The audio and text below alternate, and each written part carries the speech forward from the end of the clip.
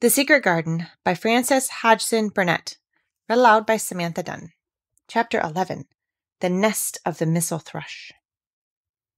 For 2 or 3 minutes he stood looking around him, while Mary watched him and then began to walk about softly, even more lightly than Mary had walked the first time she found herself inside the 4 walls.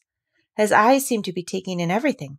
The gray trees with the gray creepers climbing over them and hanging from their branches, the tangle on the walls and among the grass, the evergreen alcoves with the stone seats and tall flower urns standing in them. "I never thought I'd see this place," he said at last in a whisper. "Did you know about it?" asked Mary. She had spoken aloud, and he made a sign to her. "We must talk low," he said, "or someone will hear us and wonder what's to do in here." "Oh, I forgot," said Mary, feeling frightened and putting her hand quickly against her mouth. "Did you know about the garden?" she asked again when she had recovered herself. Dickon nodded.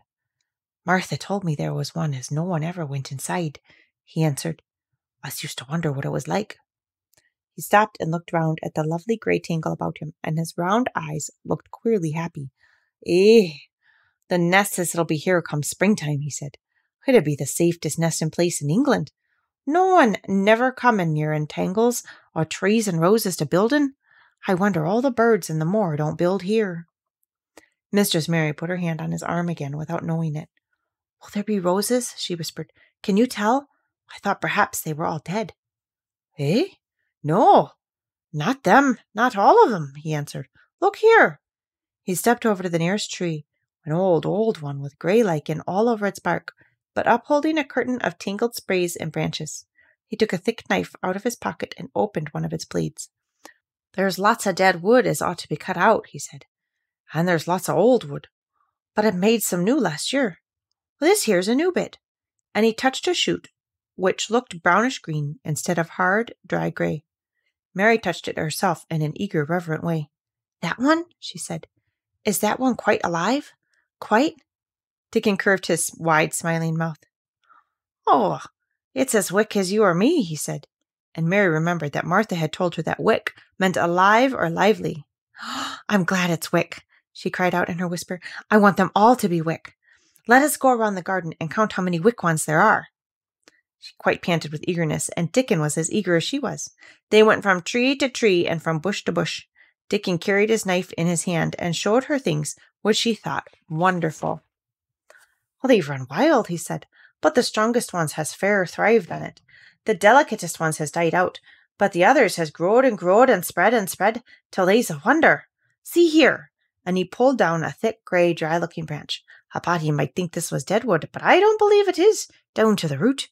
I'll cut it down low and see." He knelt and with his knife cut the lifeless-looking branch through, not far above the earth. "There," he said exultingly. "I told thee so. There's green in that wood yet. Look at it." Mary was down on her knees before he spoke, gazing with all her might. "When it looks a bit greenish and juicy like this, it's wick," he explained. "When the inside is dry and breaks easily, like this here piece I've cut off, it's done for. There's a big root here, as all this live wood sprung out of it, and if the old wood's been cut off and it's dug round and took care of, well, there be—" He stopped and lifted his face to look up at the climbing and hanging sprays above him. "Oh, there be a fountain of roses here this summer." They went from bush to bush and from tree to tree. He was very strong and clever with his knife, and knew how to cut the dry and dead wood away, and could tell when an unpromising bough or twig still had green life in it. In the course of half an hour, Mary thought she could tell too, and when he cut through a lifeless branch, which she would cry out joyfully under her breath when she caught sight of the least shade of moist green. The spade and hoe and fork were very useful. He showed her how to use the fork while he dug about the roots with the spade and stirred the earth and let air in. They were working industriously round one of the biggest standard roses when he caught sight of something which made him utter an exclamation of surprise. "Why," he cried, pointing to the grass a few feet away, "who did that there?" It was one of Mary's own little clearings around the pale green points. "I did it," said Mary. "Why, I thought I didn't know nothing about gardening," he exclaimed. "I don't," she answered, "but they were so little, and the grass was so thick and strong, and they looked as if they had no room to breathe, so I made a place for them. I don't even know what they are." Dickon went and knelt down by them, smiling his wide smile. "Oh, that was right," he said. A gardener couldn't have told thee better. They all grow now like Jack's beanstalk. They're crocuses and snowdrops, and these here's is narcissus," turning to another patch. "Ah, and here's daffydowndillys. Eh, they will be a sight." He ran from one clearing to another. "Thou has done a lot of work for such a little wench," he said, looking her over. "I'm growing fatter," said Mary, "and I'm growing stronger. I used always to be tired. When I dig, I'm not tired at all. I like to smell the earth when it's turned up." "What's rare good for thee," he said, nodding his head wisely. "There's not as nice as the smell of good, clean earth, except the smell of fresh growing things when the rain falls on 'em.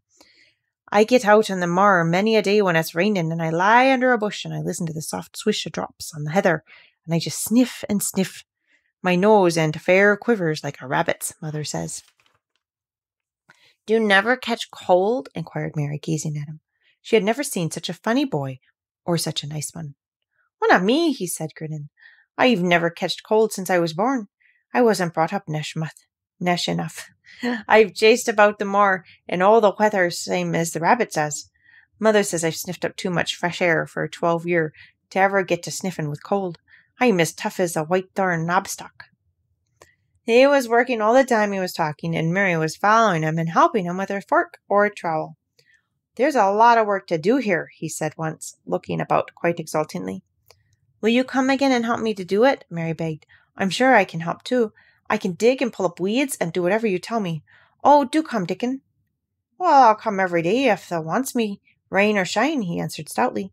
"It's the best fun I've ever had in my life, shut in here and waking up a garden." "If you will come," said Mary, "if you will help me to make it alive, I don't know what I'll do," she ended helplessly. "What could you do for a boy like that?" "I'll tell thee what thou'll do," said Dickon in his happy grin. "Thou'll get fat, and thou'll get as hungry as a young fox, and thou'll learn how to talk to the robin same as I do. We'll have lots of fun." He began to walk about, looking up in the trees and at the walls and bushes with a thoughtful expression. "I wouldn't want to make it like the gardener's garden, and clipped and stick and span, would you?" he said. "It's nicer like this with the things running wild and swinging and catching hold of each other." "Don't let us make it tidy," said Mary anxiously. "It wouldn't seem like a secret garden if it was tidy." Dickon stood rubbing his rusty red head with a rather puzzled look. "Oh, it's a secret garden, sure enough," he said. "But seems like someone besides the robin must have been in it since it was shut up 10 years ago." "But the door was locked and the key was buried," said Mary. "No one could get in." "Oh, that's true," he answered. "What's a queer place? Seems to me as if there had been a bit of pruning done here and there, later than 10 years ago." "But how could it have been done?" said Mary. He was examining a branch of a standard rose, and he shook his head. "Aye, how could it?" he murmured. "With the door locked and the key buried." Mistress Mary always felt that however many years she lived, she should never forget that first morning when her garden began to grow. Of course, it did seem to begin to grow for her that morning. When Dickens began to clear places to plant seeds, she remembered what Basil had sung at her when he wanted to tease her. "Are there any flowers that look like bells?" she inquired. "Well, lilies of the valley does," he answered, digging away with the trowel. "And there's Canterbury's bells and campanulas." "Let's plant some," said Mary. "Oh, there's lily of the valley here already. I saw 'em. They'll have grown too close and we'll have to separate 'em. But there's plenty. The other ones take 2 years to bloom from seed, but I can bring you some bits of plants from our cottage garden.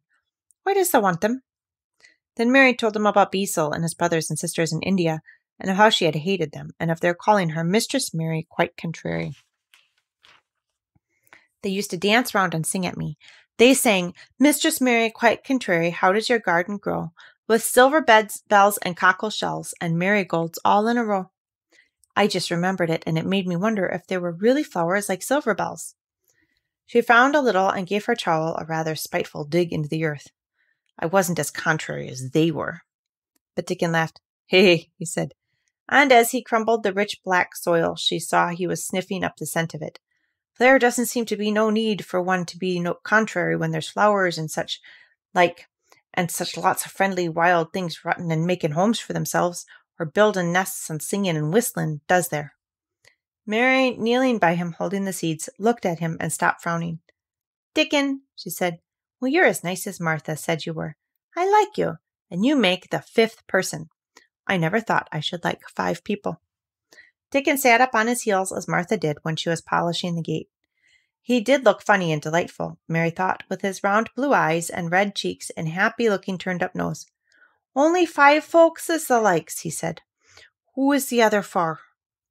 "Your mother and Martha," Mary checked them off on her fingers, "and the robin and Ben Weatherstaff." Dickon laughed so that he was obliged to stifle the sound by putting his arm over his mouth. "I know thou thinks I'm a queer lad," he said, "but I think thou'rt the queerest little lass I ever saw." Then Mary did a strange thing. She leaned forward and asked him a question she had never dreamed of asking anyone before, and she tried to ask it in Yorkshire, because that was his language, and in India a native was always pleased if you knew his speech. "Does thou like me?" she said. "Hey," he answered heartily, "that I does. I likes thee wonderful, and so does the robin, I do believe." "That's 2 then," said Mary. "That's 2 for me." Then they began to work harder than ever and more joyfully. Mary was startled and sorry when she heard the big clock in the courtyard strike the hour of her midday dinner. "I shall have to go," she said mournfully. "And you will have to go too, won't you?" Dickon grinned. "Oh, my dinner's easy to carry about with me," he said. "Mother always lets me put a bit of something in my pocket." He picked up his coat from the grass and brought out of the pocket a lumpy little bundle tied up in a quite clean, coarse blue and white handkerchief.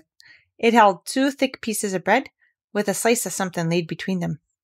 "Oh, it's often naught but bread," he said, "but I've got a fat slice of bacon with it today." Mary looked at the queer dinner, but he seemed ready to enjoy it. "Run on and get thy victuals," he said. "I'll be done with mine first. I've got some more work done before I'll start back home." He sat down with his back against a tree. "I'll call the robin up," he said, "and give him the rind of the bacon to peck at. They likes a bit of fat wonderful." Mary could scarcely bear to leave him. Suddenly it seemed as if he might be a sort of wood fairy who would be gone when she came back into the garden again. He seemed too good to be true. She went slowly halfway to the door in the wall, and then stopped and went back. "Whatever happens, you never would tell," she said. His poppy-colored cheeks were distended with his first big bite of bread and bacon, but he managed to smile encouragingly. "If thou has a Missel Thrush, and showed me where thy nest was, does thou think I'd tell anyone?" "Not me," he said. "Thou'rt as safe as a Missel Thrush." And she was quite sure she was.